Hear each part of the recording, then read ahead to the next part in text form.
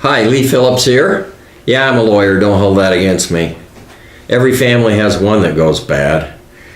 I want to talk about Schedule A, or the addendum at the back of your trust. Relates to funding the trust. And what happened is the lawyer, when you got your trust, he made out, or she made out, this schedule of assets, and on the top of the schedule it says that this is all these assets are going to be owned by your trust and everything else, and it lists your bank account by number and your automobile by VIN number and your piece of property by property description, and it lists your brokerage account it lists all of these assets. Does it work? The answer is no. Now wait a minute. The lawyer said that's what you needed to do to transfer the assets into your trust, and the trust has to be funded. If the lawyer was even paying attention, he or she told you that it had to be funded. It had to own the assets, which is true. It has to own the assets that you have to sign your name for. So we list them on the Schedule A, or whatever it is, whatever you call it. Doesn't matter as long as the trust refers to it. And Exhibit A, whatever it is. Is that a legal transfer of those assets into the trust? And the answer is yes. It is a legal transfer of those assets into the trust. Here's the problem. Probate, and that's the process where we get somebody else to sign your signature after you die. Probate proves that you didn't owe anybody money. It proves that this is your real will. And the bank account, you make out a trust, you make out a will, and you leave your bank account to me. Thank you very much. We hope there's a lot of money in it. Okay, now you're really decent, and you go down and you make out a will that says that I get the bank account when you die, and then you're really, really decent, you die. I'm going to take the will down to the bank and say, look, bank, here's will. It says when they die, I get the bank account. I want the money. Bank's going to look at me and die laughing. They're going to say, go get me a court order, buddy. Prove that it's the real will. Prove that dad didn't know, or this guy didn't owe anybody money. Prove all of this stuff to me. And when you get me a court order, then I will release the money to you. Go to court, probate. Now, okay, so the trick of the trust is that we transfer ownership of the asset into the trust. Then when you die, you didn't own the asset. The trust owned the asset. We simply got a new manager. When the president of IBM dies, we don't probate all of IBM's assets.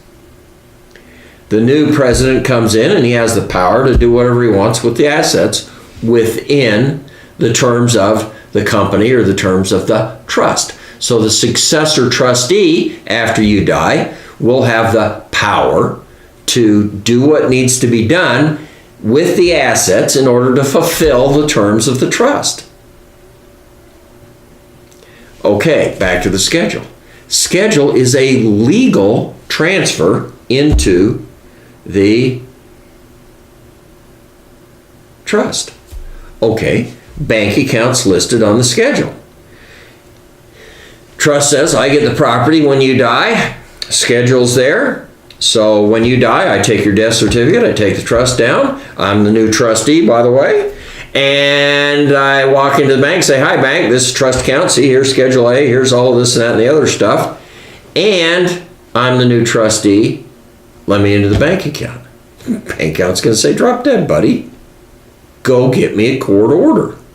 Now, wait a minute. The trust owned the asset, right? Yeah. But the bank didn't know that. You could have made out another trust. And that trust could be the owner of the bank too. Bank account. How does the bank know that this is the last trust that you made out? How does the bank know any of this stuff? go get me a court order. We're right back to square one. But if I take the trust into the bank and say, hey, bank, made out trust, want to change name on checking account from my name to trust's name. And the trust's name has three parts to it. The name of the trust, the date of the trust, and the trustee. That's not the successor trustee. They're named in the trust document, but it's the current trustee. Three elements. So I go down and I make out a new signature card at the bank. The bank will actually take a copy of the trust or a copy of the certification of trust or summary of trust or whatever you want to call it. The bank needs to know who the next trustee is. They need to know what the powers of the trustee are. They don't need to know how the property is going to be divided up when you die, but they need to know who's coming to get the bank account when you die as trustee. So they will actually take a copy of the trust, summary trust, certification trust, whatever it is, and they will put it in their files. So now when we show up at the bank after you die, they say, wait a minute. They go into the back room, they pull out their file, and it says right there that Lee Phillips is a successor trustee. They walk back out to me and they say, hey buddy, you got any ID? Sign here. I'm now into the bank account. I can do whatever I want with it. I am subject to the terms of the trust, but basically I control that bank account 100% now.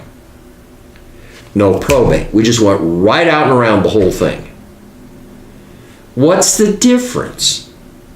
The difference is the bank, when they opened that bank account or changed the name on the signature card from you to the trust, they agreed that they were going to govern that bank account by the terms of this trust. You can make out another trust, they don't care. They're governing that bank account by the terms of this trust, and they expect Lee Phillips to show up as a successor trustee with a death certificate when you die. Can you see the difference? They didn't know the trust existed if it was just listed on Schedule A. So you need to do the legwork. You need to go down to the bank, change the savings account, change the brokerage account. And I did one a YouTube a while back on how what properties needed to be funded into the bank, into the trust. And my assistant helping me said, yeah, when my dad died, the problem we had was the storage unit. All of these things need to be in the name of the trust. If you have to sign your name to get into it, to access it, to sell it, whatever, the trust has to own it. Your business. Trust has to own it. But that specific trust owns this asset. You could have another trust. It's okay. But that trust is going to own its assets. And the bank, the brokerage account, everybody needs to know this trust owns this assets, and they need to know it before you die.